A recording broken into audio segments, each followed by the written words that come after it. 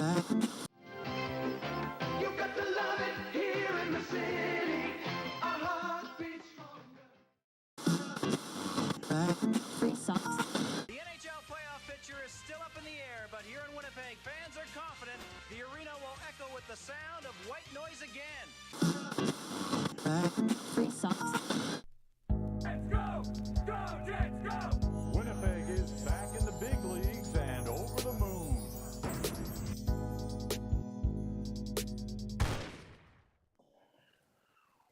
Welcome back to the landing strip presented by From Financial.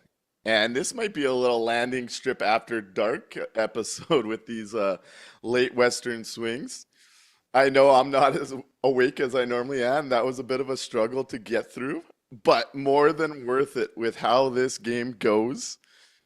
Lot to talk about. The two guys we've highlighted the last couple of games. I know, Mikey, you've been big on them. I think they're definitely going to be the highlight of this game for a lot of this conversation. Let's dive into it. Mikey, how you doing tonight? Not bad. This definitely reminds you how long a season can be. 82 games is a lot of games, and in that stretch of a lot of games, you're going to come across some stinkers, and tonight was a stinker, but the Jets got the points out of it, so you're going to be happy with that to add to the collection of just ridiculous games this year. They've got a whole bunch, and this was definitely one of them. This was, but before we start diving in, a win's a win, right? A little late night victory music to try and wake everybody up to get through the next hour. Let's How does go. that sound? Let's wake them up. Another W. Dylan Sandberg, Cole Perfetti, welcome to the NHL. There's the future, baby. Where do you want to start with, Mikey? I keep leading the way with you with the big takeaway. What is your big takeaway in this one? The future is here. The future is now. The future is Cole Perfetti and Dylan Sandberg. Those two guys need to be Winnipeg Jets for the next decade because we are absolutely blessed to get to watch them together on this team right now. It is wonderful to see what they're doing out on the ice, game in and game out. I was just blown away at their progression as the season has gone on. They're hungry. They look hungry. They look like they want to win, that they want to make a name for themselves and this team. And it's starting to come through on a night where, most of the team looked pretty tired, pretty sleepy. There was a lot of guys kind of just out for a leisurely skate. And we'll get into all of them, I'm sure. But yeah, on a night like that, you had Dylan Sandberg and Cole Perfetti say, nah, we'll take care of this one. And I see Tico and Apolli kind of sums it up best. The youth coming into their own right in front of our own eyes. And I think it was 2 shows ago. Glizzy Waters Soup, I believe it was, over on Twitch, had mentioned late in the show, and we didn't get to it, that despite the no roster movement over the last 12 months outside of Shen and Tanev, the Jets have really found a top pairing level defenseman and a top 6 cornerstone winger in Cole Perfetti and Dylan Sandberg, and in their emergence. They start this one off after a very sleepy start to this game in the first period, getting on the board late. Vlad and Perfetti get on that forecheck. Vlad gets it up to Sandberg, who blasts one right through, and Cole Perfetti is there, net front. He's added that dynamic to his game. We've talked about it. He's become a lot better at using his body to shield plays and get to the net, and he's rewarded there and gets one late. And those are the type of goals late in periods that can kind of spark something. And I believe it did in this one. The first period was, to me, trending like a bit of a trap game, as you like to call it. Yep. And it felt like that goal might have sparked something, though a little slower to start the second as well before waking up after that Kyle Connor goal with an absolutely beautiful play from Morgan Barron, by the way. I've really come to really enjoy Morgan Barron's game up the middle. We're going to dive into them. But I'll stay on Sandberg here because Choices TK has a big comment on Dylan Sandberg saying it's Dylan Sandberg's world right now, and we're all just along for the ride. Once he lost the anchor Pionk, the game has opened up. Getting a lot of attention lately from people outside of Winnipeg are finally taking notice. That contract just keeps going up, and Perfetti's confidence just keeps increasing at the right time. He also mentions Morgan Barron, who I just mentioned as well. Barron looks really good as playing center. The combo of Iafallo and Tanev is just dogged in their relentless pursuit of the puck. On Dylan Sandberg, per Connor Hrabchek on Twitter, He was on for all 3 goals, 3-0 tonight. Shot attempts, 31-14, 16-3 in scoring chances, 76.52% on the expected goals. And we've been talking about, we've been seeing this offensive emergence in his game, and we were wondering if this would be the time for it to really blossom, not having to cover for Neil Pionk. It's safe to say Dylan Sandberg's emergence is here. He's got to be one of the top 3, 4, 5 number 2D on a team right now. Like, this is how high I'm getting on Dylan Sandberg. Yeah. He's the complete all-around defenseman for this generation of hockey, and we're watching it blossom right in front of our eyes right now. It doesn't seem real because you've just taken the shackles off of him. It feels like something you're watching in a movie where they've removed the weights off of he's been playing with weighted skates the entire time, and they're like, oh no, now he's actually playing in regular skates. It's crazy the difference in his offensive game when he doesn't have to worry about Neil Pionk, which, I can understand, right? Because he has that defensive side of the game locked down. He is absolutely incredible at keeping the ice tilted in the opposing direction. It's just that he didn't have to go out and look for that offense because that was what Pionk was doing, right? He was the guy that was looked to for that. And since you don't have to do that, he can just play his own game. And holy shit, does he have both? He's got everything. And I don't know if we would have seen it if it wasn't for Pionk getting hurt and letting Sandberg play with Schenn.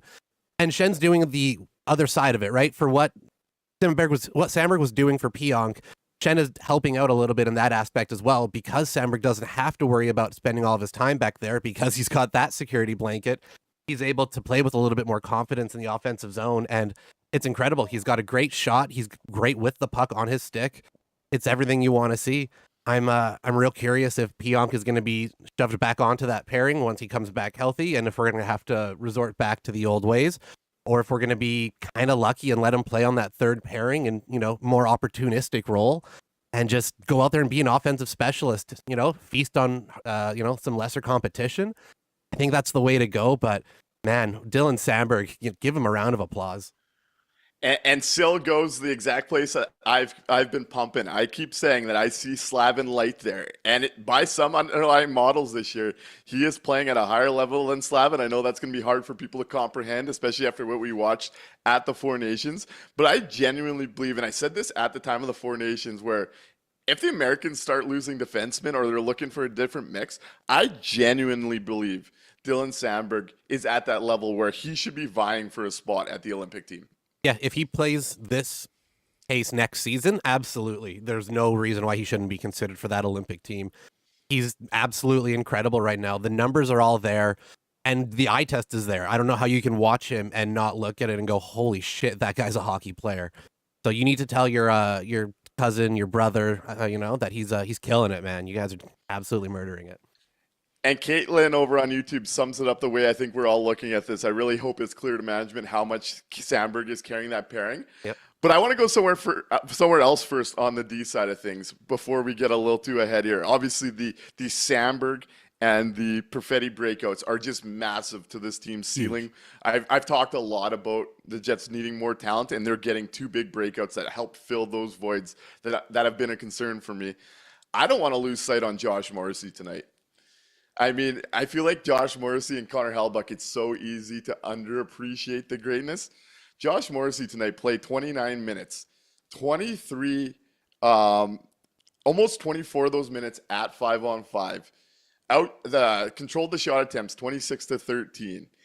And he had the expected goals for him were 64%. He had his dancing skates on that you just know and have grown to love about Morrissey. How much was he really driving the bus at 5-on-5 to try and get this team offensively to go? We saw him really opening up things for that top line, who was a bit hit and miss. There was some really nice movement in the O-zone. Some uncharacteristic misses from Velarde net front off some great plays coming from that group.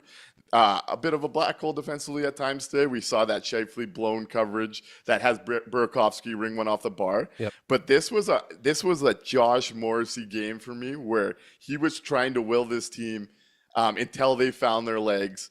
And I don't want to lose sight of him in the excitement of Sandberg and Perfetti.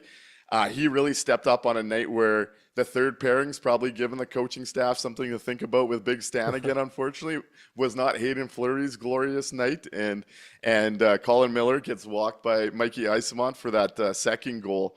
But I thought Josh Morrissey really put this team on his back, almost plays half of it, and was the impact player that we've known and grown to expect from him. And I just don't want him to get lost in the shuffle of this one. Yeah, on the nights where the Jets have either played poorly or played like a game like this where they're just asleep at the wheel, you can generally go and look at the time on ice at the end of the game and see that Josh Morrissey had to play about half that game because everybody else was just, generally not all that great. Now, again, yeah, we talked about Sandberg. He was fantastic tonight, so he gets excluded from that portion of it. But the third pairing, there was really nothing to write home about there. They barely played, and when they did, it was not great. DeMello had a little bit of a rough night, it looked, as well. You've got at least half of your top six just really struggling on the back end. So, yeah, you can be rest assured that you're going to look at the time on ice, and Josh Morrissey ends up playing half that game for that exact reason. And that's what the Jets need him to do sometimes. That's that's his role. He is the minute muncher. He is the guy that's going to go out there and eat up all of those hard minutes, right? He's going up against the number one line generally in each game. So it's not like he's getting easy minutes. He's not getting just offensive zone starts. Like he's out there and busting his ass for 30 minutes in that game, and it's incredible to watch. And come playoff time when the bench gets short, you're going to be seeing a lot of those high 20 numbers for Morrissey. Interesting comp from Lucas Trapp. What do you think of this? Is Sandberg USA's Devin Taves? Ooh, that's good.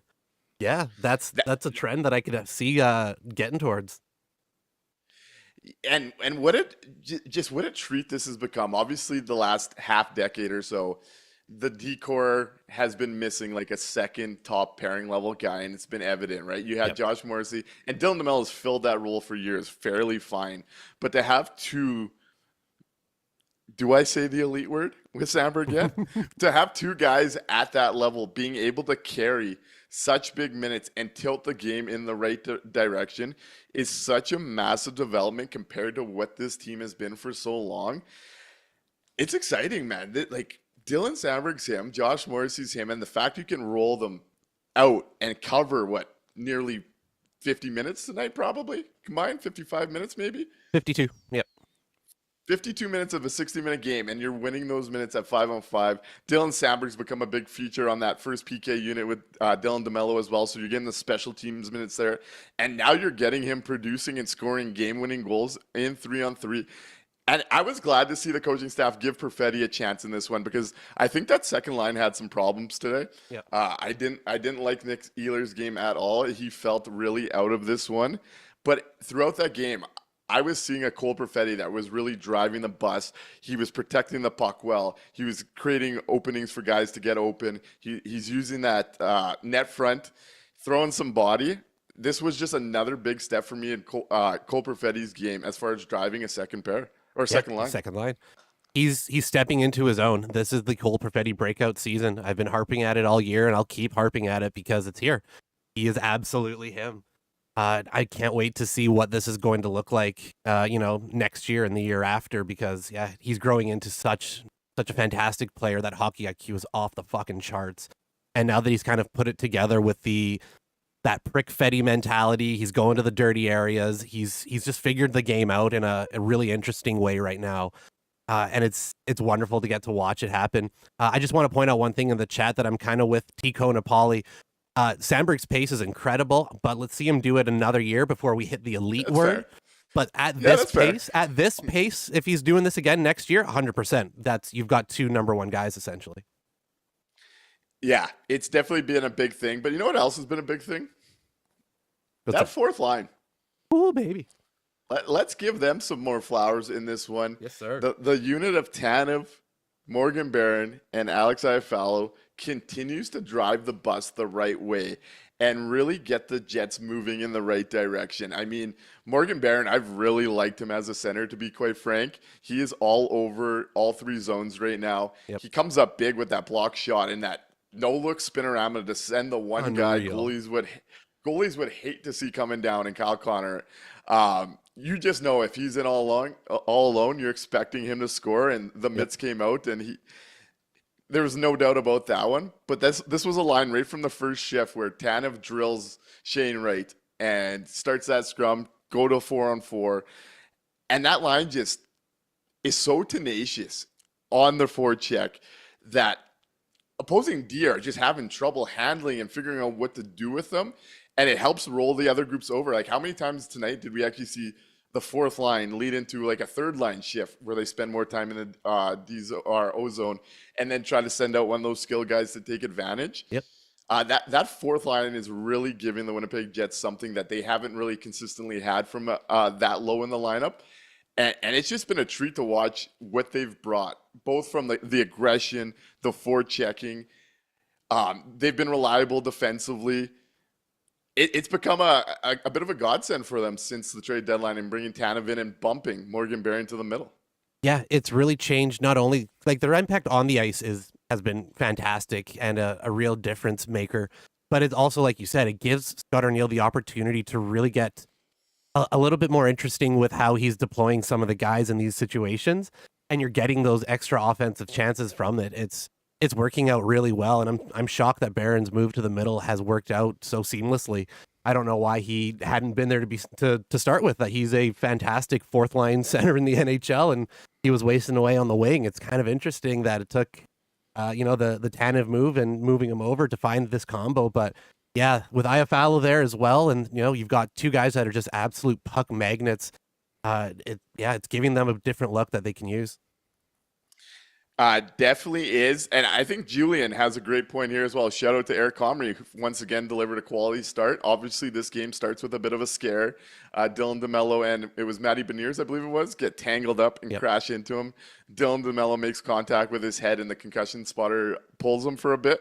We see Connor Hellebuyck come in and one goal on 6 shots, I believe it was, for Hellebuyck. Yep. A real big breakdown on that PK. It starts with Hayden Fleury getting caught out of position, and then Brandon Tanev deciding to leave the net front to try and attack Jordan Eberle below the line. And Eberle makes no mistake about it, finds Newman, I don't know how to pronounce it, who absolutely rips there. So that's the one goal that goes against on the kill tonight. A bit of a breakdown from, like we talked about, a tough night from Hayden Fleury. So I'm really curious to see what happens there. But Comrie comes back in after getting shaken up. And again, I think I know a lot of people aren't comfortable with him. I saw some tweets today, and I don't get it. He's been a quality backup goalie for the Winnipeg Jets this year, and he deserves his due in all of this as well. Yeah, I think those people are just operating off of old feelings, previous runs with the Jets, those type of things. Because if you've spent any time watching Eric Comrie this season, you'd have no concerns. You'd have no stress. The guy has gone out and put out quality start after quality start after quality start, making fucking league minimum and playing way above his station. The Jets, we talked about that ridiculous stretch in the middle of the season where they gave him literally no goal support. So like the losses you can't pin on him, and he gives them a chance to win every game. Yeah, if people are still complaining about Eric Comrie, it's probably just that they're operating off of their old feelings, the old information, because he's been so steady this year. I like this point from Caitlin too on YouTube saying Ehlers had one of his worst games of the season, which I completely concur with. And the second still generated a decent amount of chances. That's a very good sign. And like I kind of credited earlier, I thought it was Cole Perfetti kind of running that show, which is a huge development where historically Nick Ehlers has had to be on for that line to be able to create anything. And this step from Cole Perfetti is massive for the Winnipeg Jets. How did you feel about Vlad, don't call me Sam Reinhart, Nemestikov tonight? That was quite the segment. These players aren't comparable, and then goes on to compare them. And we're talking about a skilled grinder that's a bit of an offensive black hole versus one of the better two-way centers in the NHL. I was a little blown away by that propaganda tonight. But I thought Vlad was very active on the forecheck. I thought he brought the kind of game you expect from Vlad Nemestikov when he's playing pretty well. I think he's a big part of that first goal by creating that turnover on the half wall, getting on the D. I really did think it was Nick Ehlers missing from that group tonight mostly. Yep, totally agree. That was one of his worst games of the season. He, along with a bunch of other guys, were non-existent. They just weren't out there. It's interesting, though. One of the better opportunities that they had was when Ehlers got stuck on the line with Scheifele and Velarde. which every single time that this happens accidentally, they get a quality offensive chance, and it almost feels like a joke at this point because it'd be great if you could move him on to a line like that on a night where he's not doing his best, right? Where he's not, having the impact that he normally would have on that second line. Throw him up on that line with Scheifele, Velarde, see if they can get something else going, and you could kind of play with the lines a little bit. But yeah, it's again, just a credit to Perfetti for having the ability to be the driver on that line on a night where Ehlers just didn't have it. On the flip side of that, I like this comment from Donnie Fester saying, Donnie Fester here, need more from Nino and Apples. Love the show. How are we feeling about the third line right now? Apples, I feel the same way I've felt about him all year. I'd prefer an upgrade on that spot if we could get it. I've been saying that, though, from the very beginning. It is what it is. I would like the milk carton sent out for Nino Niederreiter. Where'd my boy go? What happened? He's gone. He's missing. Somebody, help, find my son. Like, I don't know where'd he go, man. He's been absolutely just vacant lately. So, yeah, Nino needs to find it again because they're really missing the contribution on that third line that was so prevalent at the beginning of the season. They were driving the bus to start off, and yeah, he's gone absolutely blank. I did see on social media somebody brought up his 2011-2012 season where he had 1 point in 55 games. So that's maybe creeping in a little bit here. I'm like, oh no, what's gonna happen? But yeah, we gotta go find Nino. Yeah, I believe it's now 13 games without a goal for Nino Niederreiter, who is a very important piece to the depth of this group and being able to get more offense down the lineup. He had a chance. I believe it came from Lowry right in the slot, and it seemed like he fanned on it. He's definitely feeling that type of way right now. And I mean, historically, he has been a streaky scorer, but you don't want to see this length of a downside, and you wonder if he's starting to grip that stick a little too tight. There was a couple times him and Apples got bobbled up on. Like there was one, I want to say in the second period, where it would have been a real nice 2-on-1, and it seemed like a miscommunication. They almost skated into each other rather than be able to do anything with it. So I'm definitely seeing exactly what Donnie Fester is here saying, that we do need more out of those two. I thought Lowry was pretty good in this one without getting that contribution from them. But it's definitely a group, as we get deeper into this, the Jets are going to need offense from that group. And I think Apples is on a streak here of only 4 points in his last 20-plus games. Yep. Nino not scoring in 13. Something's got to give there. Yeah, they're going – unfortunately, it is what it is, right? That group's just going to have to figure it out. We know that Nino can. We've seen him do it. We've seen him do it this season. So he's got to just kind of work through whatever it is causing the current set of issues where, yeah, he's gone ghost mode. Apples, I don't think we can really expect any more than the current pace because that's who he is. He is who he is. That's what he's going to provide, right? So as long as he's not a negative on the ice constantly, you're just going to have to grin and bear it. But Nino and Lowry need to find that chemistry again and start putting some points on the board. I like this comment from Lucas Trapp asking our boy formerly if he ran into Dan or Kevin in Mexico. We heard some cool stories about them traveling to Mexico over the break and Jets fans recognizing them. Formerly, was that you? Are you the mystery fan that got to talk with the fellas from the broadcast? We'd love to hear it. We got exclusive. I'm seeing some interesting Cole Perfetti comps here. I want to get your thoughts on them. Steven Kochorik, I'm sorry I butcher names on here, guys. Could Perfetti become our very own Claude Lemieux, pest plus production? Lucas Trapp then makes a Jets Brad Marchand comparison, though I think the goal scoring might keep him away from that level of a player.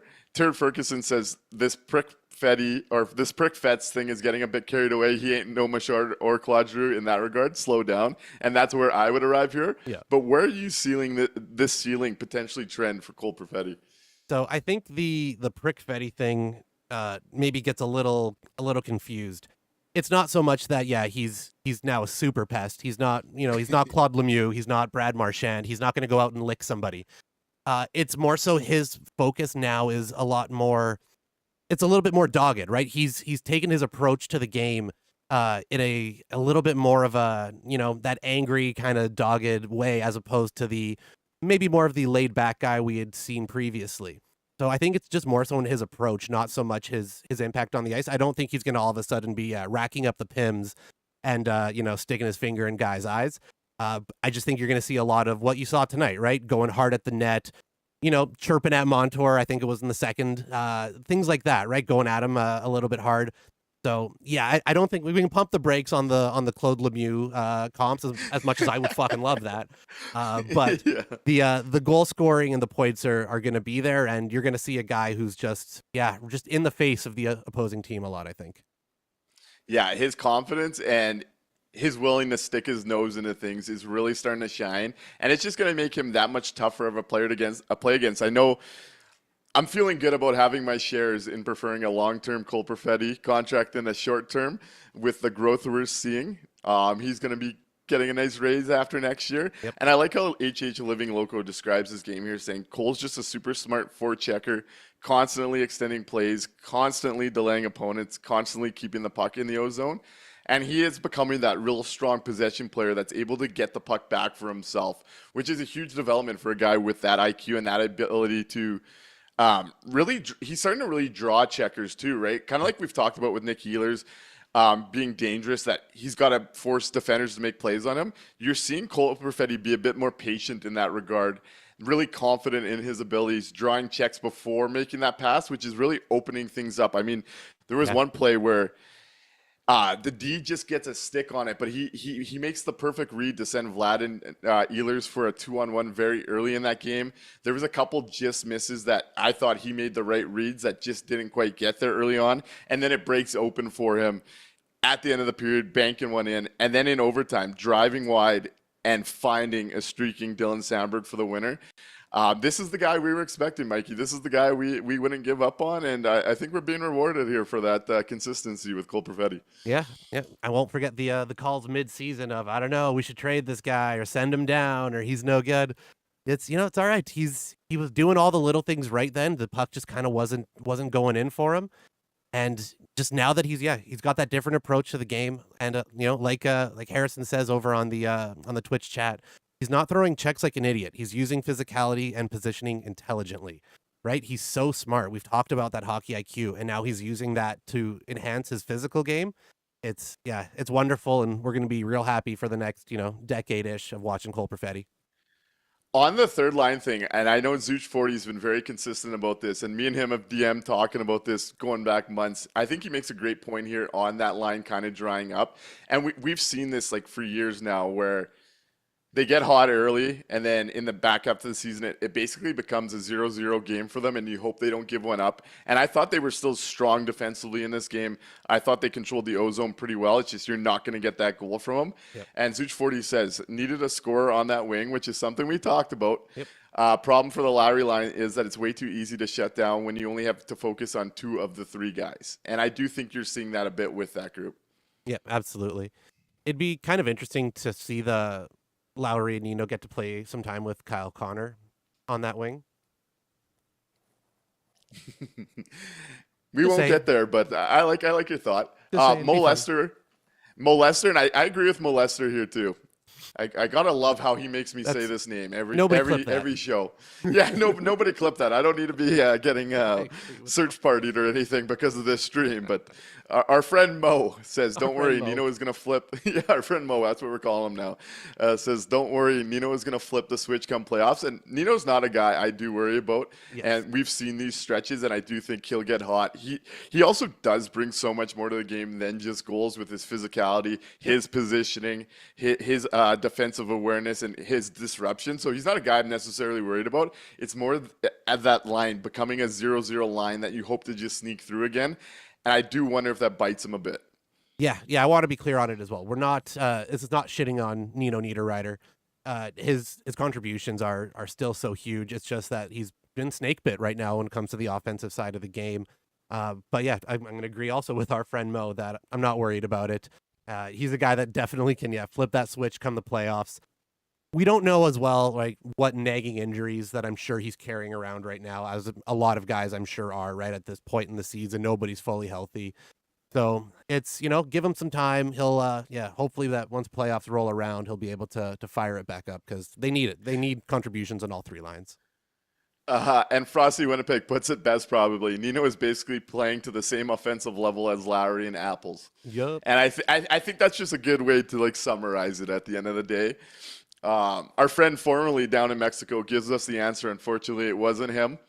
It was not formerly, but I would recognize him if it was in my zone. Thanks for the question. And he's got some Sawyerisms saved up to chirp him with if he sees him down there. So we're hoping formerly gets that opportunity so he could share with us on the show at some point. But Mikey, let's jump in to our new segment and the From Financial Face-Off. We want to hear from you. What aspect of this game do you feel like was maybe missing? Or what aspect do you think helped tip the scales in this one? I got an announcement. I got a hold of Big Papa. Unfortunately, he's not going to be able to make it in for the Vancouver game at the end of the month. So next game, if you're listening to this, be here after the next game. And we're going to use the From Financial Face-Off to give away that pair of tickets again. We got a nice package going out to our boy Big Papa in Saskatchewan so he could kind of rep the boys. And maybe there's a couple other things I'm looking to throw his way. But why don't we get into the From Financial Face-Off segment? In the chat, let us know, the From Financial Face-Off, what aspects of this game do you think were the tipping points or potentially missing?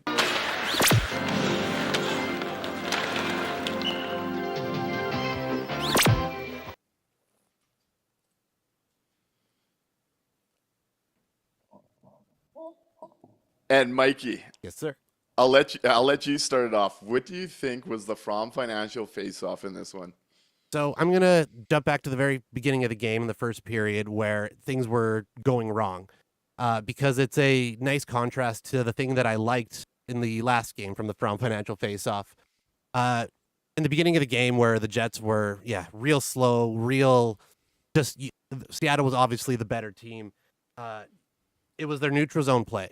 So in the last game, we talked about how they were really able to work the neutral zone with those long stretch passes. The breakouts were exactly what they were able to draw up, getting some extra offensive chances out of it. In this one, you had the exact opposite, where just absolute failed neutral zone play in that first period. They were standing around. There was no pressure. They were backing up. They were letting Seattle skate at them, giving them the ice. It was brutal. It was absolutely brutal. And I was worried that we were going to have, an entire game like that, which we've seen in the past. There's been a few times this year where the Jets have had entire games that way.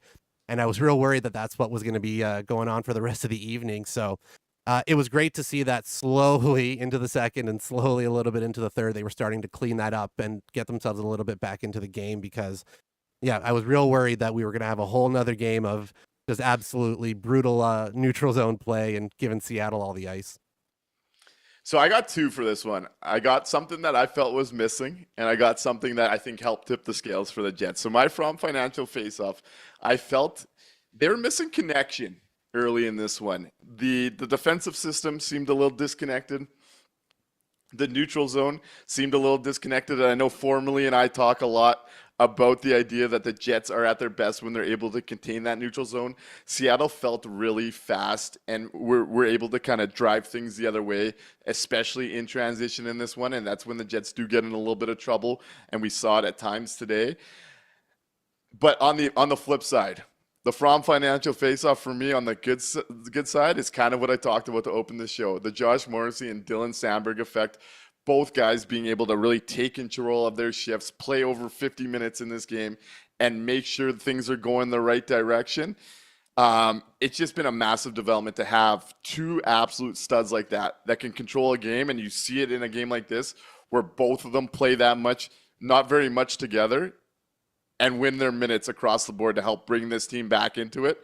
Yep. That would be my positive side of the From Financial Face-Off today. Hell yeah. Going through some of the chat, Zooch40 says the From Financial Face-Off, Eric Comrie holding down the fort when the Jets weren't very good. And I think that plays well into my idea that the defensive zone was disconnected. There was a lot of scrambles back there, and Eric Comrie comes up big. A couple more from this one. Tico Napoli, loving the From Financial, the Sandberg effect. Hard to argue with that. His 3-0 goals gets the game winner. Big part of the first one. Hard to argue with that one. Yep. Formerly says Morrissey dancing around any opposing player was my From Financial face-off. So our boy T. Konopoli and formerly both kind of agree with me here on the effects of both the Jets' top two defensemen. Josh Morrissey had his dancing skates on. He was making guys look foolish at that blue line. And like I said, it really helped open up things for Kyle Connor. A couple times we saw that. It really helped open things up offensively. Josh Morrissey, despite not getting on the board, was a big part of that. I got to find a couple more here. Gilbert Marions was the Jets were trap game mode until Perfetti scored with 19 seconds left in the first, momentum swing. Yep. And those late goals typically are that. I was kind of worried about it happening against the Jets after, I believe it was a Kyle Connor turnover that went the other way in the second. Or no, it was an odd man rush that Kyle Connor didn't pick up his guy. Comrie comes up big there, which plays into Zooch 40. Let's go to the phone lines. Hey, caller, thanks for holding. You're on the landing strip. What's your From Financial Face-Off? Hey guys, it's Brendan. I think tonight it's got to be Dylan Sandberg and Cole Perfetti. 100% those guys have really taken a big step forward. I'm a big Sandberg guy. Like, you look at that 2-on-1 he broke up, was it in the second period, where he just uses his stick and body position to just really break that play up. And his ability to kind of do everything all over the ice. Like, we haven't, for the longest time, I rated the Jets having like three irreplaceable guys, right? You had Connor Hellebuck in net, you had Josh Morrissey on defense, and Mark Scheifele. I think Sandberg's put himself into the category of being that fourth guy that you really just can't live without. And whatever Chevy's got to do to get this guy locked up long term, I'm throwing the whole. I'm just giving him a blank paycheck and being like, pick your money and go from there. And then Perfetti, a lot of last year we were maligning about what kind of impact this guy was going to have long term for us, whether he was going to fit into the Jets' plans long term. And it's obvious to me that he has really turned a corner this year and turned himself into a play driver rather than a passenger out there, and starting to take charge a little bit. And those two things have really kept the Jets from having that second half slump that for the last few years we've kind of seen happen a little bit. Last year it wasn't quite so much, but, you know, I mean, those previous 3-4 years, you always saw it. Like, after the Christmas break, it was just downhill. Brendan, I could not agree more on that takeaway. Dylan Sandberg for me is the third or fourth most valuable player. We saw it too earlier in the year, right? They went 500 during that stretch without Sandberg, and he comes back in and just cleaned up everything. Just having him up there and kind of bumping this decor, everybody down a peg, is massive. And you mentioned, like, that 1-2-on-1, he breaks it up so calmly and takes it the other way. He's become a total 3-zone player. I think I'm going to be buying a jersey whenever this contract gets up. And I agree, hand him the blank check. And I thought today was a phenomenal example of Cole Perfetti really becoming a driver on that group. So I completely am seeing exactly what you are, Brendan.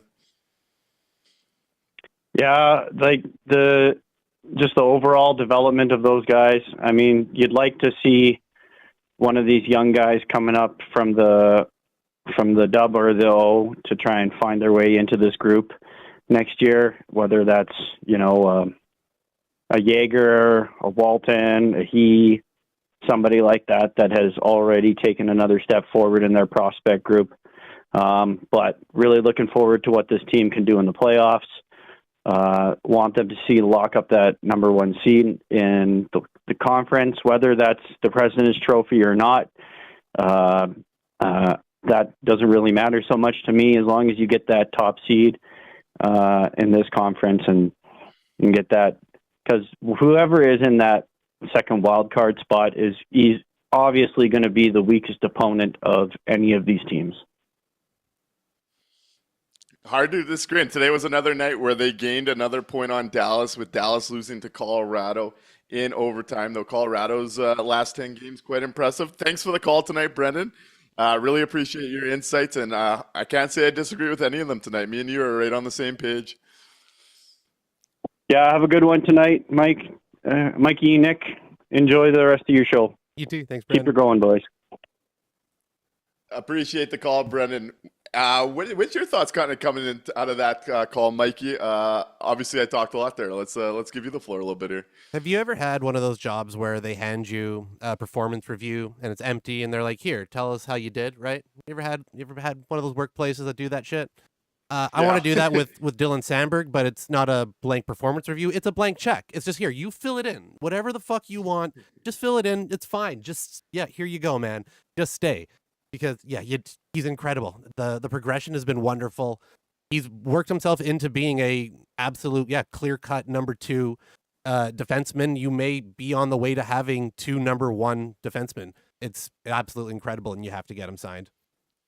To the last point from Brendan there too, the forward I think you might see make the jump next year, and I'm actually really curious about the fit with Lowry and Nino. Unfortunately, he's kind of out for the rest of the year. Is Nikita Chibrikov. I wonder if becomes that Mason Appleton replacement from within the system next year to try and add a bit of offense to that group. That's the kind of name I'm thinking. And then on this decor, having a guy like Sandberg, who I believe will get extended and be here through the rest of his career, having Morrissey signed, and if Elias Salmonson keeps his growth, all of a sudden, something that's been a bit of a problem for the team over the last little bit could become a strength in a hurry, and that's exciting. Yeah, it'll be interesting. Tiberkov will be given every opportunity at camp. I'm assuming next year to carve out a spot on the 3rd or 4th line. It'll be interesting to see what happens if they do just finally part ways with Mason Appleton. I'm really hoping that that's the route that they end up taking to free up that spot, so you can give Chibrikov at least the chance of taking a place on that 3rd line, because he fits everything that they want to do with that spot. So it would be really nice. And I'm salivating at the prospect of Salmonson next year. A Sandberg Salmonson pairing might just put me over the edge. You know what I mean? That would be something just. If you like defensive hockey, man, that would be porn. So it'll be real interesting to see how that one comes out. Would you call it the old Paul Maurice coaches porn, like you once talked about Dylan DeMello? That's right. It is. It's coaches porn. That would be it right there. Give me Salmonson and Sandberg, and you'll have a very happy Paul Maurice. Frosty Winnipeg goes, which is the bottom line now, the Lowry line or the Barron line? And just to add some insight to that, Max the Silent points out the expected goals for percentage for the last 10 games for the Lowry line, they're all sitting between 45 and 48%, and we're getting a big bump out of that 4th line. It's an interesting question. What do you think of that one? It says a lot about the Lowry line and how they're playing at the moment. When earlier in the year we tried to decide who's the real second line. Is it the Lowry line or is it the Vlad line? Like, the Lowry line might actually be the second line. They're playing more. They're producing more. Da-da-da-da-da. And now we're like, okay, so are they maybe the 4th line with how badly they're playing? It's rough, right? They're going through a rough spot right now. They're still the 3rd line, though. The coaching staff still sees it that way. I still see it that way. They've just got to find that offensive side of the game again, because it's just, they're snake bit hard. But it says a lot that that's the spot we're wondering now, right? Yeah, exactly. And they'll find it at some point, but hey, it might need a little tweak. I like what Danica has to say here. As much as we're excited from some big performances, Danica says, "Man, this game was mid AF. If we play like this in April, I'm nervous." And this was a sleepy one for me. I was having trouble just getting to this show tonight. I think I'm more wired for this show than this game. Yep. This definitely did feel like a trap game, though, coming off the big Dallas win and the emotions of that, and seeing the team really put together their best foot forward. It did seem like one of those games where a top team kind of understands their strengths and weaknesses and kind of tries to float through it. And they did turn it on from the second period on, which I think was big. Yeah, they definitely did, just barely enough to win. The fact that they got the 2 points was huge in the overall scheme of things, but this was one of the most just boring games that I've watched this year. It was painful. I think I messaged you part of the way through the 3rd period going, is this the most boring game I've ever seen? Because holy fuck, it was rough for long stretches at times. But I will say it does add to the season that they're having, that they can have these sleepy games, they can have bad games, they can have games that they should not have won and have still been able to grab 2 or 1 point in all of them. So it's real impressive what they've been able to do for the most part, even in the games where they're not pulling all in the same direction. You've got some guys just out there for a skate, and they still got 2 points. And on that topic, Donnie Fester, our boy, loves the show. Make sure to tell us that after every comment. I love it. Donnie's from Financial Faceoff was Jets took over the second and third period with their ability to lean on Seattle in the offensive zone. They were missing the offensive touch, but it let them stay in the game, and I think that really plays into what we were just talking about. Yep. There was also one more from Financial Faceoff I did want to shout out. I believe it was Brandon Monkman. Yep. Big players make big plays. KFC ties this up with a huge momentum swing. And all of that comes on the back of Morgan Barron, who we were just talking about, the fourth line and his development as a center, makes that block. And that spin pass, no look to find Kyle Connor in it. If you want one Winnipeg Jet in alone on a goalie, Kyle Connor's not going to disappoint. That is literal nightmare fuel for NHL goalies. Like, I'm sure they have all woken up in a cold sweat in the middle of the night and a dream where Kyle Connor is screaming down at them on a fucking breakaway like that. So. And on Donnie's point as well, if those 2 power plays, which the 2 that went back to back were the worst power plays I've seen in quite a while, if either of those get a goal, right, this game is starting to feel a little bit different overall as well, right? So the score ended up being what it was, but if those power plays click the way that they have been the rest of the year, this probably gets done in regulation. Yes, and just to kind of put a summary on that, HH Living Loco over on Twitch says, overall takeaway, just a really resilient game. Winnipeg faced one of those speedy teams that always gives them some trouble, and they still found a way to win despite a shit start. Things you love to see, and I do think that is important too, where they get on their heels a lot early in that first period, and I've talked a lot about when teams are able to push the pace on them and kind of get them on their heels, the Jets do kind of struggle in those games. But the resilience to push back, and Cole Perfetti kind of leads that way with that goal early on, late in the first period. And to see them continue to push despite things not going their way, I think those are good signs for a team. Yeah. Especially with where this is going. 100%. You have to win games that you shouldn't sometimes. Good teams find ways to win, even when they're not all playing their best. So it's impressive from the standpoint of you can still play a shit game, not really, phone it in, to be honest. A lot of the guys just kind of phoned it in tonight and still come away with 2 points it's a good sign. I don't know. I can't spin that in a bad way, honestly. And Zooch40 asks the big question as we head into the playoffs here. How the fuck are any teams going to beat the Jets in a 7-game series when they give up 1 to 2 goals a game with either goalie? That's the way to beat the Jets, and they're not allowing goals. Even a game like today where I thought the D zone was leaky, and Seattle's speed really helps them create and get Winnipeg on their heels. The goaltending still comes up big with your backup in Eric Comrie. That's a great takeaway as we head into the playoffs as well. Yeah, it's going to be gnarly to watch the Jets roll through teams in a 7-game series. At least the first round will be interesting because whoever they get for that wild card, knock on wood that they actually do finish in that top spot. It's looking better every game. That'll be a fun series to kind of watch, to see what the Jets can do to, lesser competition. Round 2 will be a different story. Round 2 will probably start to see a little bit more of a fight, but man, it's going to be, I don't know. I think it'll be fun in that first round where it might not be a long series. Okay, so my question for you, this Western wildcard race is tight all of a sudden. 4 teams in the race: Vancouver, St. Louis, who's gotten real hot as of late, Calgary, and Utah. Of those 4 teams, is there a matchup that worries you? Is there a preference? What are you thinking about the potential if this team continues to pace to being the first place team, which I believe they will be at this stage after that win against Dallas plus gaining another point today? Do you have a preference there? What for wild card 2? No, none of those teams scare me. I'll happily take on any of those jokers in the first round. With this group, I got no problem with that. I'll talk some shit on all those teams. They're all pretty trash at the moment.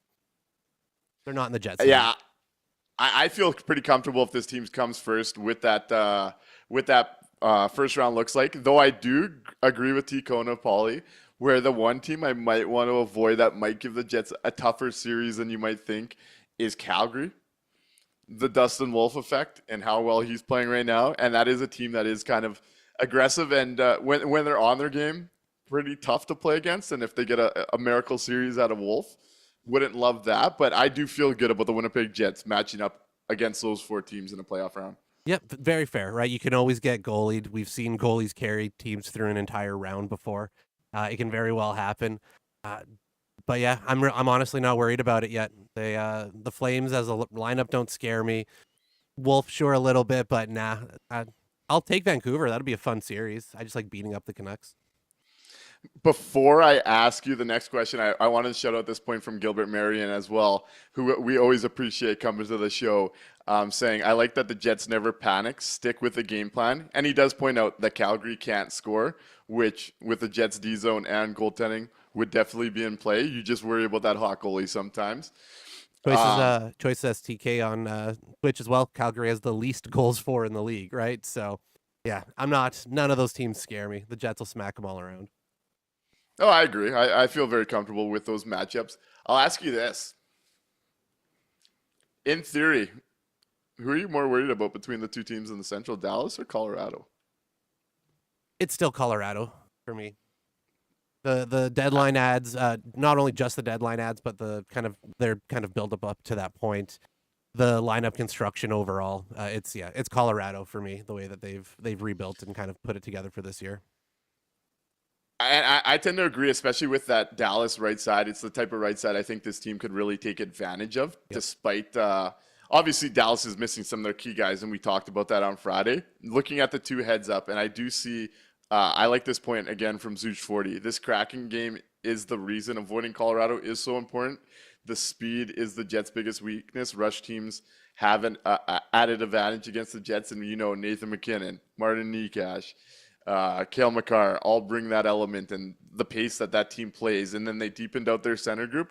I tend to agree with Colorado is a bigger threat than Dallas for me. Yeah, totally agree. And I just hope they beat the shit out of each other to start off. And it seems like our chat agrees as well. Tico Napoli saying Avs all day. Brandon Monkman also saying the same. I like Frosty Winnipeg here saying Dallas, Colorado is going 7 games plus OT, which we'd love to see. It's just interesting to see how that's going to all play out. Yep. But I definitely, that would be the matchup. If you can go wildcard 2 then Dallas, I feel pretty damn good about this team right now. Zooch 40 kind of echoes my feelings here, I feel like. Wolf going to pull the old Helly and have a rough postseason. Helly finally going to bring it in the playoffs this year. I agree. Yeah, I think Wolf is, not worried about it, and Connor Hellebuyck's too goddamn good. And Donnie Fester echoes that with Donnie back again. We need the Helly that's been here all season. Mr. Hardebuck, we got to start pounding that drum a bit harder too. I'm going to start getting the socials going. If he can keep it up for the postseason and watch out for this team. And he also says, when looking at those 2, Dallas and Colorado, Nate Dogg is never easy to knock out, but Dallas is built for 7 games. Hope they beat the shit out of each other. Agreed. Gilbert also makes a good point I think is going to matter here. And Colorado's picked up the pace over their last 10 games. I believe 9-1-0. Gilbert says home ice will be the winner of that series, and I could definitely see it playing out. We know how big that last change and getting the matchups you want, it could be the difference. So I like that take from Gilbert here as we trend towards the playoffs. 100% agree. That's gonna be a huge part of it. Big Papa says, do you guys think Donnie likes the show? I know our boy Donnie Fester loves the show. I know he loves it. Flattery works. What can I say? Flattery works. It definitely works. And I was at a social with old Donnie last night, and it's safe to say everyone there was pretty fired up about the Winnipeg Jets and talking some Winnipeg Jets hockey between some St. Patty's Day beers, let's say. Hell yeah. I'll say this though.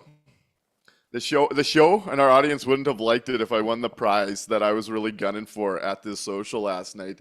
They had a Vegas Golden Knights jersey signed by the entire team. And I was gunning for it. I got to say, I was gunning for it. Didn't take it home? I didn't take home nothing, man. I was a big loser last night, unfortunately. Jordan, top line J. He went to 2 socials this weekend, Friday and Saturday. Won prizes at both. Cleaning up. Don't know how he got the lineup luck, but Shot caller. Look at that. yeah, not bad.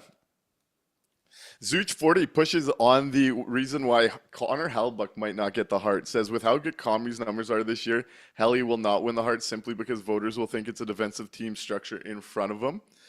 And hey, I guess it's time to get to work. I'm going to start spamming all the insiders and the voters with the stat profile because this year he is putting up a better season at this point than Carey Price when he won it. And the only guy I think that has a legitimate case at his level is Leon Draisaitl, who I imagine is going to win it. But that race, it's between those two for me. It really is. Yeah, it's definitely got to be between them.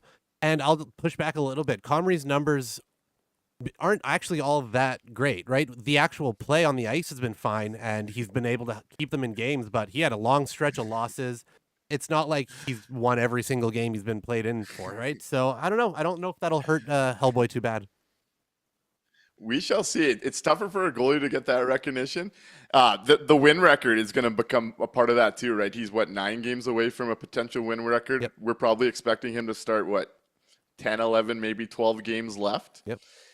And that's one of those ones, like we've always talked about the idea of trying to get Connor Hellebuyck rested for playoffs, but also with a historic level season like this and legacies on the line. And if he were to set a record, just how big that is for Winnipeg too, that becomes a real tough conversation as we get closer to the end of the year because you want to see a guy grab that.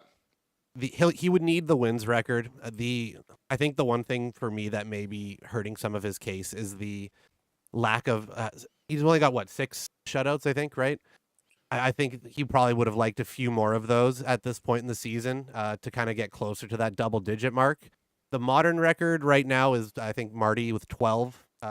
22 is the official record, but that's back in the fucking 20s or whatever it was, the 30s. Yeah. So who gives a shit? The modern record, I think, is Marty Brodeur with 12 in 06-07. I think that was the last one at that level, right? So if he would able to get something a little bit closer to the shutout record, which he's had a few spoiled late in games with a single goal against, that may have helped his chances. But yeah, if he gets that win record, he should have absolutely, at minimum, number 2 locked up. Ticon and Pauly says 12 games should get him 9, but 10. Gilbert makes a great point too, and I think this is where his case gets stronger. Helly is sub 2 goals against. If he wins 48 or more, you have to give it to him, and I do think that's in play here, and I do think that's why we will see the Jets give him every opportunity down the stretch to hit that level. Steven Kacharik also says Helly having the quadruple crown currently says he deserves it. Agreed. And if you just look at the margins of the one thing I keep coming back to this year and how I'm looking at it, we know scoring's up. We know there's a lot more point per game guys. We know goaltending stats are down. That Helly's gap on the league averages and the next guy are just becoming so much bigger and bigger that despite what you think about the Winnipeg Jets team, like his individual performance is at such a level at a time when goaltenders are struggling. I look at that as the MVP. He's doing it at a level that no one's able to touch right now in a league that has progressed in scoring. Yeah, I honestly think it's a better season than what Draisaitl's doing right now. I'm sorry, I do. It's more impactful.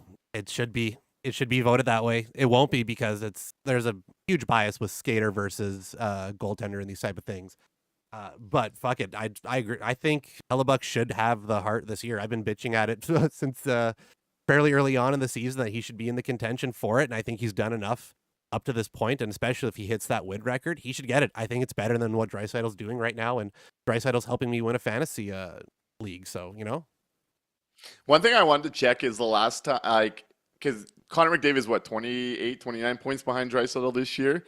I want to compare the gap between skaters that win the MVP and the gap between their next leading scorer. Because if that's going to be used against Hellebuyck and Draisaitl doesn't have as big a gap as guys before, why shouldn't that hurt his case? Right. 23 points right now, yeah. Yeah, that's not that big of a gap. It's not like the Taylor Hall gap we saw with the Devils or anything like that. Right. DB204 also here. Nice to see you, DB. Always love chatting with you. If the Jets get the President's Trophy and Helly's GAA is under 2 and save percentages over 920, all of those feeling like pretty good bets right now. Yep. No voter can ignore that. So we'll see where this goes. He's on pace to do all those. So yeah.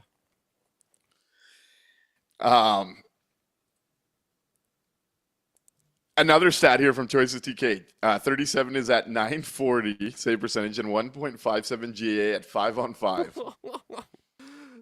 Dirty. That You is keep- absolutely keep other dirty. teams. And the Jets have been a lot more disciplined this year. That if you keep teams off the power play, this guy is doing everything to keep this game a 1-goal, 2-goal game, and that's about it. Yep. As Harrison points out, he is a top 3-ish goalie of all time already. The And if fact he that- gets a ring, if he gets a ring, it's done. yeah. The consistency, you know, like, okay, let's.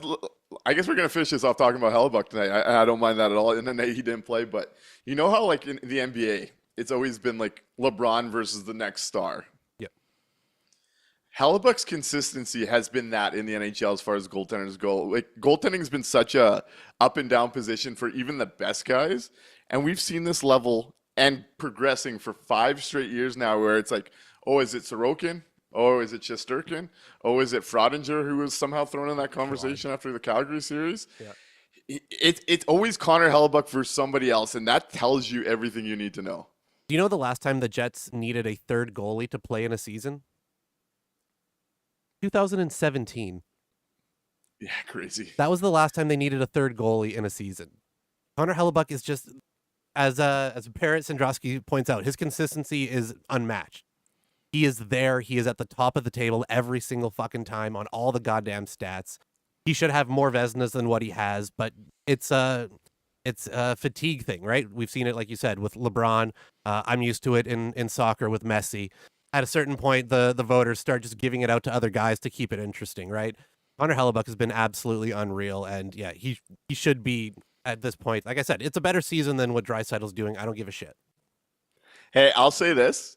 With what you just said about voter fatigue and stuff, because we haven't, and then one thing is it's harder for goalies to get it. We know that there's that bias there. Yeah. But Julian on YouTube makes a great point on the whole voter thing is Draisaitl plays with good offensive players, and he's already won a heart. Helly is the main reason the Jets are at this level where they are. This team is a wild card team at best without him. Yep. And you just wonder if he keeps piling up the wins here and gets close to those records, it just feels like to me it should be leaning his way. And it's not, I know we like to have the everybody hates Winnipeg thing here in the city, which, you know, a lot of times you can say, yeah, for national media, they don't spend a lot of time here. They don't put a lot of attention on us. They don't get the spotlight. This year it's different, right? The Jets have gotten a shitload of national media. They've gotten a shitload of attention. Deservedly so. And deservedly so, right? They've been setting NHL records. They've been just running rampant over teams. So it's not as bad in years past where the Jets are just like an afterthought while Hellebuck is out there just crushing it. There's a spotlight on the city right now and the organization and the team. So that will also help, I think, his standing a little bit there. And Gilbert sums up this conversation best for me. He says his career has a long way to go, Paulie. When it's over, he's for sure the #1 American goalie, which will be big. Yep.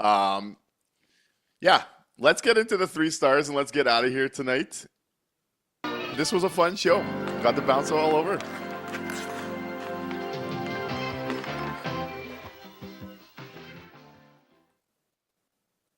All right. You want to start or should I? You started off. I like giving you the honors. All right. 3rd star, I'm going to give it to a guy I don't think I've given a star to this year. Maybe once earlier on in the year, but I'm not sure. I don't think so.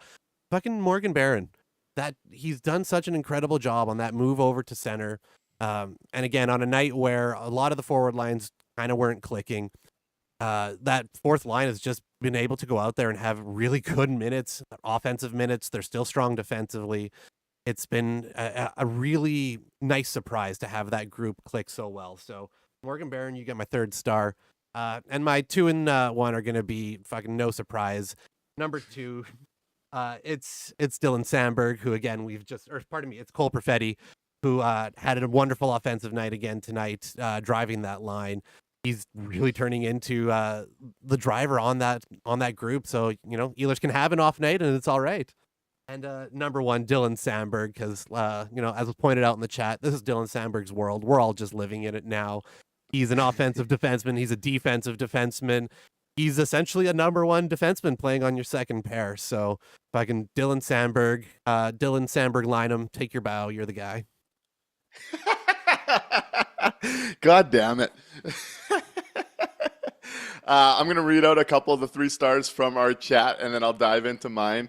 Tico Napoli has Sandberg 1, Perfetti 2, Descartes 3. Over on Twitch, Zooch40 has Baron 1, KC 2, Comrie 3. HH Living Loco has Luke Shen first star every night. Logan Stanley is scratch 4. Though I'll say, what we saw from Hayden Fleury tonight, I would not be surprised if Stan gets in the next game. Fleury had that type of game for me where if I was a coach, I'd probably be thinking about giving him a night off after a couple nice games earlier this week. But for me, I'm going 3rd star, Cole Perfetti. You saw another area of his game develop. You saw him using his body. You saw him creating. You saw him driving play on that second line, something we're so used to 27 doing, and he was a non-factor in this one. Number 2, Dylan Sandberg, his emergence, massive. We've talked a lot. We've been hyping him up a lot. But number 1 for me has to be Josh Morrissey in this one. I don't want to lose sight of just how massive Josh Morrissey was in this game, playing half the game, tilting the ice and really putting the team on his back to try and create in the O-zone. I thought Josh Morrissey was the best player on the ice for the Winnipeg Jets in this one. His contributions were big. On the way out here, Brandon Monkman says KFC 3, Perfetti 2, Sandberg 1. Like to see the variety from all over the chat, and all the names that were mentioned deserve it in some form or another. Frosty Winnipeg names a star for Tana for ruining his own tribute video with a hit on right. Over on Twitch, V Bartle shares the same. Shout out Tanit for that awesome hit on right. Thanks for joining us, first time chatter, V Bartle. Yeah, I appreciate that input as well. And we're going to get out of here tonight. I think it's bedtime. A little landing strip after dark as we head back to work tomorrow morning. Another big W for the Winnipeg Jets as they chase down 1. Another big night from the current and the future core of the Winnipeg Jets and Cole Perfetti and Dylan Sandberg, and what I thought was just a massive game from Josh Morrissey. We'll talk to you guys after the next game. We got a couple late nights coming this week, it looks like, and we'll be here to discuss it all with y'all. Right on. Y'all know the drill. Tell 2 friends to tell 2 friends. Rate, review, and remember the landing strip for your Winnipeg Jets postgame.